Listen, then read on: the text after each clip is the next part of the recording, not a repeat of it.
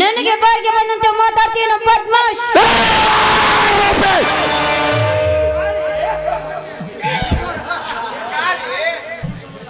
ಭಿಕಾರಿ ನಾನು ಭಿಕಾರಿ ಅಲ್ಲಲೇ ರೂಪೆ. ನಿಮ್ಮಂತ ಹಣದ ಮದ ತುಂಬಿ ಮೋಹದ ಅಂಧಕಾರದಲ್ಲಿ ಮೆರೆಯುತ್ತಿರುವ ನಿನ್ನಂತ ಸೊಕ್ಕಿನ ಶ್ರೀಮಂತ ಹೆಣ್ಣಿಗೆ ಶಿಕಾರ. ನಿನ್ನ ಕೊಬ್ಬು ಇಳಿಸಲು ಬಂದ ಅಧಿಕಾರಿಲೇ.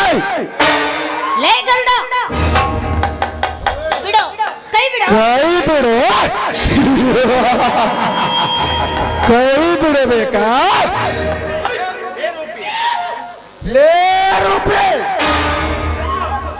ಜಡೆ ಹಾಕೊಂಡು ಮುಸ್ರೆ ತೆಪ್ಪು ಹೆಣ್ಣು ನೀನು. ತೊಡ ತಟ್ಟಿ ಮೀಸೆ ತಿರು ಗಂಡು ನಾನು. ನಿನಗೆ ಇಷ್ಟು ಸೊಕ್ಕು ಇರಬೇಕಾದ್ರೆ ಇನ್ನು ನನಗೆಷ್ಟಿರಬೇಡ ಹೇಳು.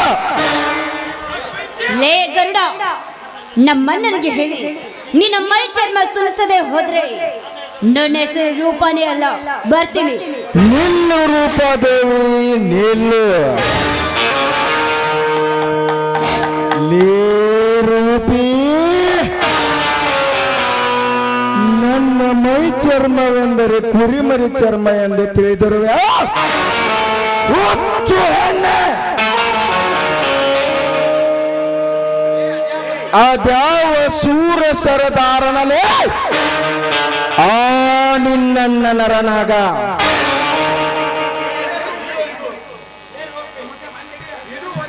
ಲೇ ರೂಪಿ, ಇದುವರೆಗೂ ಈ ಭೂಪತಿ ಗರುಡನ ಎದುರು ನಿಂತು ಮಾತನಾಡಿದ ಹೆಣ್ಣುಗಳೇ ಇಲ್ಲ. ಅಂಥದರಲ್ಲಿ ನನ್ನನ್ನು ಹೊಡೆಯಲು ಕೈ ಎತ್ತಿದೆಯಾ?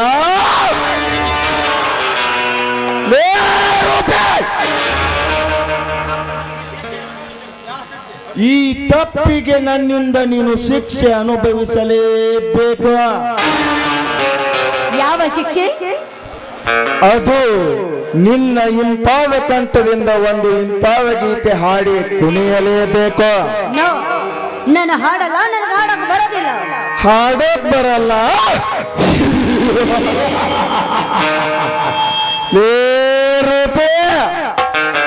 ಹಾಡೋಕೆ ಬರಲ್ಲ ಅಂದ್ರೆ ನೀನೇ ಇರಲ್ಲ. ಇವನ ಕೈಯಿಂದ ತಪ್ಪಿಸ್ಕೊಂಡು ಹೋಗ್ಬೇಕು. ಇವನ ಹೇಳಿದಾಗೆ ಆಡ್ಲೇಬೇಕು. ಸರಿ ಆಯ್ತು, ನೀನ್ ಎಷ್ಟದಂತೆ ಹಾಡ್ತೀನಿ.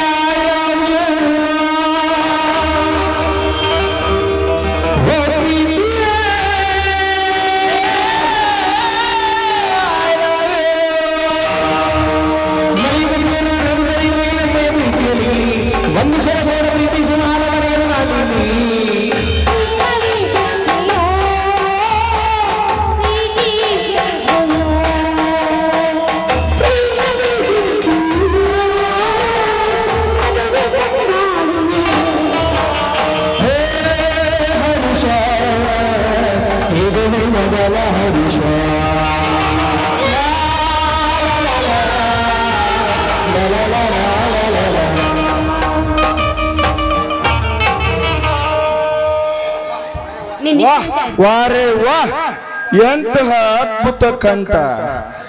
ಸರ್ವ ಸಂಗೀತ ಮಾಂತ್ರಿಕೂ ಸಹ ಮೈ ಮರೆಯಬೇಕು. ಏ ಈ ನಿನ್ನ ಹೊಗಳಿಕೆ ಮಾತು ನನಗೆ ಬೇಕಾಗಿಲ್ಲ. ನನ್ನ ಮನೆಗೆ ಹೋಗ್ಬೇಕು, ದಾರಿ ಬಿಡು. ಹೋಗು, ಧಾರಾಳವಾಗಿ ಹೋಗು. ಬಟ್ ನೀವು ಮಾನಸ ಸರೋವರದಲ್ಲಿ ಪಲಾಯನ ಮಾಡಿದಾಗಲೇ ನಮಗೆ ಗೊತ್ತಾಯಿತು ನಿಮಗೆ ನಮ್ಮ ಮೇಲೆ ಮನಸ್ಸಿಲ್ಲ ಎಂದು. ನಮಗೆ ನಿಮ್ಮ ಮೇಲೆ ಮನಸ್ಸಾಗಿದ್ದು ನಿಜ. ಬಟ್ ಬಲವಂತದಿಂದ ಪ್ರೀತಿಸಿಯೂ ಗೊತ್ತಿಲ್ಲ, ಬಲವಂತದಿಂದ ಪ್ರೀತಿಸಿಕೊಂಡಿಯೂ ಗೊತ್ತಿಲ್ಲ.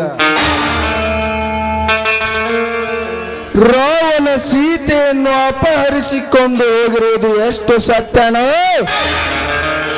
ರಾವಣ ಸೀತೆಯನ್ನು ಕೆಟ್ಟ ದೃಷ್ಟಿಯಲ್ಲಿ ನೋಡಿಲ್ಲ ಎಂಬುದು ಅಷ್ಟೇ ಸತ್ಯ. That is good Ravana. ಹೋಗು, ಧಾರಾಳವಾಗಿ ಹೋಗು.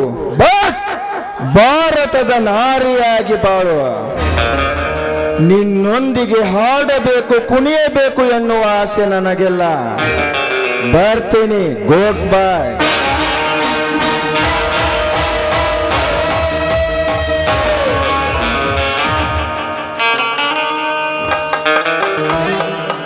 ಯಾರು ನನಗೆ ಈ ರೀತಿ ನೀತಿ ಪಾಠ ಹೇಳಿ ಹೋದ್ನಲ್ಲ.